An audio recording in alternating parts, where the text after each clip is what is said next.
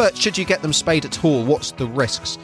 We always worry about anaesthetic risks, and it's certainly true that it's not a risk-free procedure. There's very few things in life that are completely free of risk when we need to make a big decision. But there really are three big reasons and benefits for spaying a dog, and they're really preventing pregnancy, preventing a pyometra, and reducing breast cancer risk. Whether to spay your dog or not is a decision that every owner of a female dog is going to have to make. And if you've got an older dog that isn't spayed, then you might be wondering whether it's actually too late, whether there still are any benefits, and whether the risks are just too high to consider getting them the surgery now. Well, today I'm discussing this exact question. Welcome to Call the Vet, the show that answers all your dog and cat questions so they can live healthier, happier lives. And here's your host, veterinarian Dr. Alex Avery. Hello there, and welcome to episode number 55 of the Call the Vet show. So I'm veterinarian Dr. Alex, if we've not met before, and I'm the founder of ourpetshealth.com and also the host of this podcast where I answer any questions you have about your dog or your cat, how to best look after them, what to do if they're unwell, anything to do with their health. You just need to head over to callthevet.org and submit your question, and I could be answering it on an upcoming show.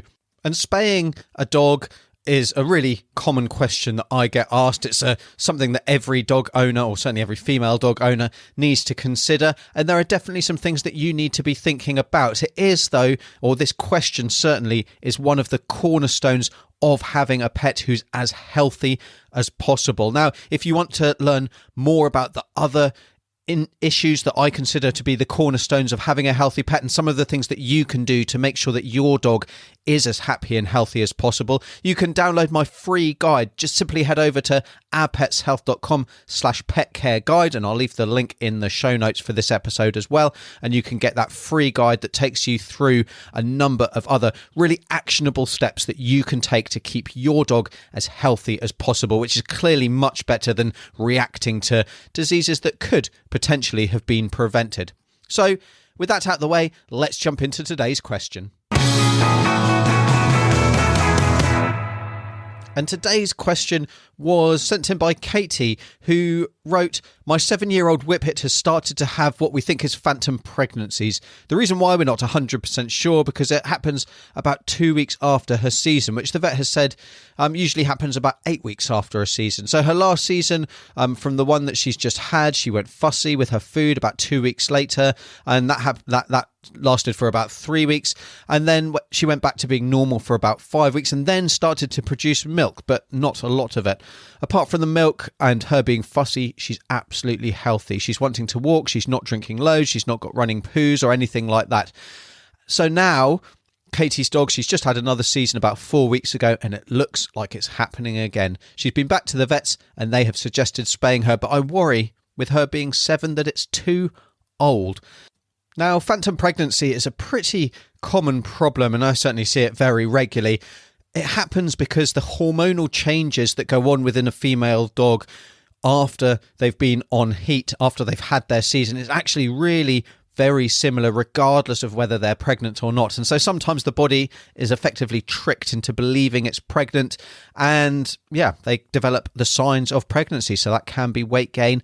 Often it's mammary development. They can start producing milk, and sometimes they can actually start producing an awful lot of milk. They can also become behaviorally different. So they might go off their food. They might start guarding toys. They might start nesting behavior. And occasionally they can become quite aggressive even, but although that's thankfully not a very common problem with phantom pregnancy. So it certainly sounds like Katie's dog, is having a phantom pregnancy again. And in a dog who has had one previous phantom pregnancy, they typically will experience another phantom pregnancy every single season that they then go on to have.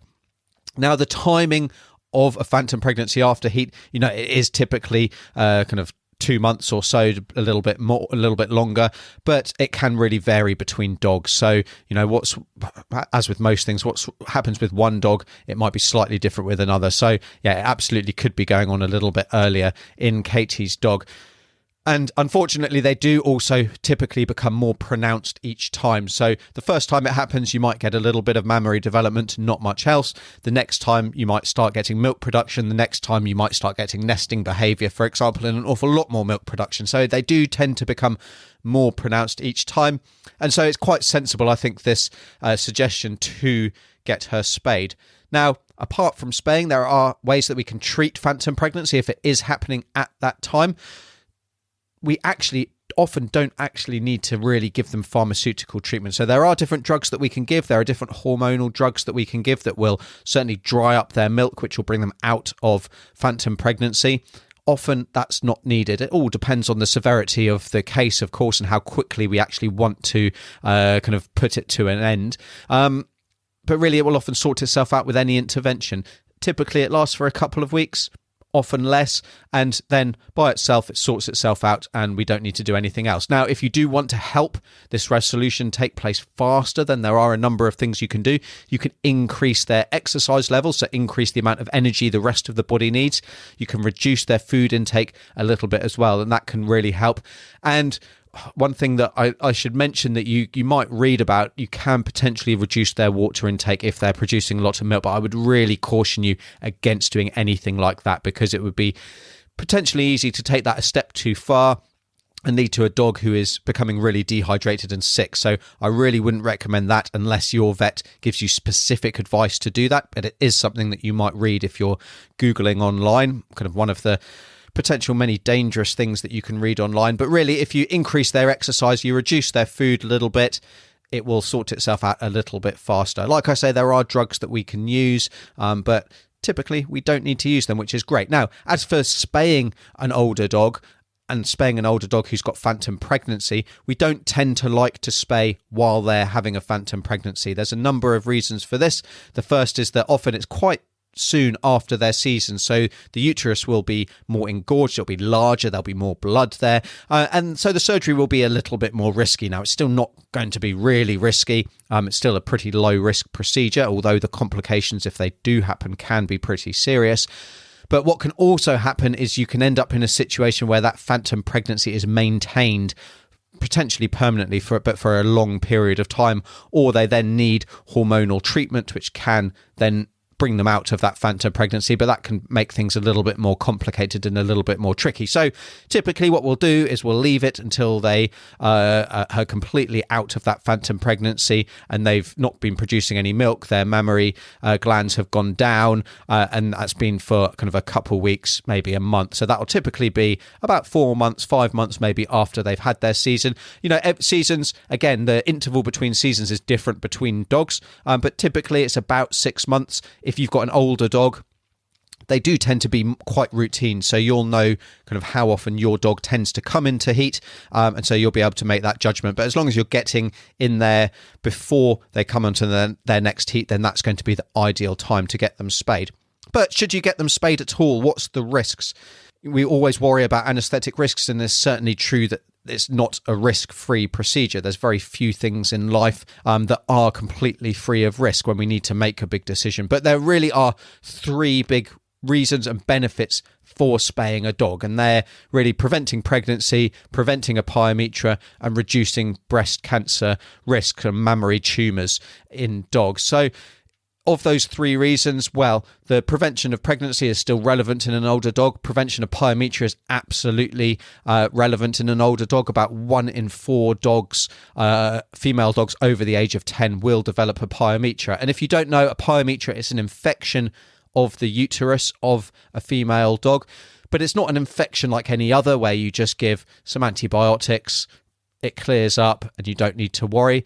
This basically, the uterus becomes a big balloon full of pus. It releases a lot of toxins into the blood. Antibiotics don't penetrate into that pus, so they're kind of almost next to useless.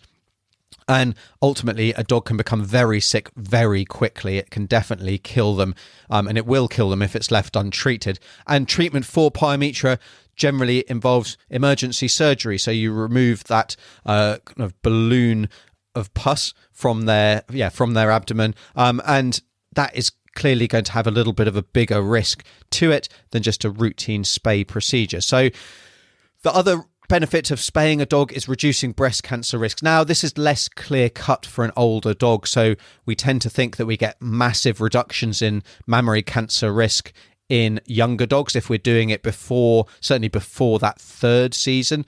The earlier we do it, the better.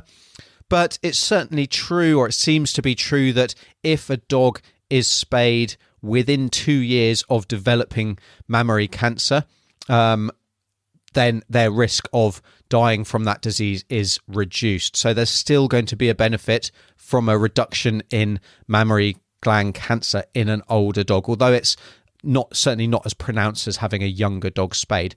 Now, that's the benefits, but what about the risks of spaying an older dog? Well, we've already talked about the surgery risk and the anaesthetic risk. That's also going to depend on the health of your older dog. So if you've got an older dog who's got kidney disease, who's got heart failure, they may have some other conditions that make them a higher anaesthetic risk and a higher surgery risk, and that's definitely going to be something to talk to your vet about.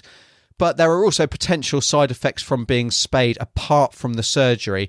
Now, there are some potential risks depending on breed. If they're spayed, certainly we know before 12 months of age, then this includes things like cruciate ligament disease. So that's a ligament within the knee that can rupture and ultimately need an expensive surgery. Bone cancer risk, and there's numerous other different risks to spaying a dog, certainly spaying a large breed dog before 12 months of age. But there doesn't seem to be any risks, or certainly none that are known, proven risks in spaying a female dog that's older than this. So certainly if you're thinking of spaying an older dog, one who's 7 in Katie's case, then there's not really going to be any side effects from that surgery apart from the actual surgery and anaesthetic itself. Now, that might all sound really confusing to you, and apologies if I end up making you ask more questions than answers, but I've got a couple of other articles that really deep dive into all of these topics. So certainly if you've got a younger dog and you're wondering when the best time to spay them in, I've got a really comprehensive review of that. If you want to learn more about treating phantom pregnancy and phantom pregnancy as a whole, then I've got another really in-depth article about that. If you head over to the show notes, I'll leave links there as well. Get your questions answered at callthevet.org. So that's it for this episode of the show. Like I said at the beginning, spaying your dog is a really important decision to make. I certainly believe in the vast majority of the cases, it's going to be the best decision that you can make to really optimize your female dog's health. Like I say as well, head over to the show notes for links to those articles, and you could head over to ourpetshealth.com/petcareguide to get my free 5-step guide that gives you actionable steps that you can take to help optimize your health to prevent some of the most common diseases that they are going to come across. But until next time, take care out there. I'm Dr. Alex. This is the Call the Vet Show, and I'll talk to you soon. You've been listening to Call the Vet. Be sure to rate, review, subscribe, and we'll see you on the next episode of the show that answers all of your pet questions.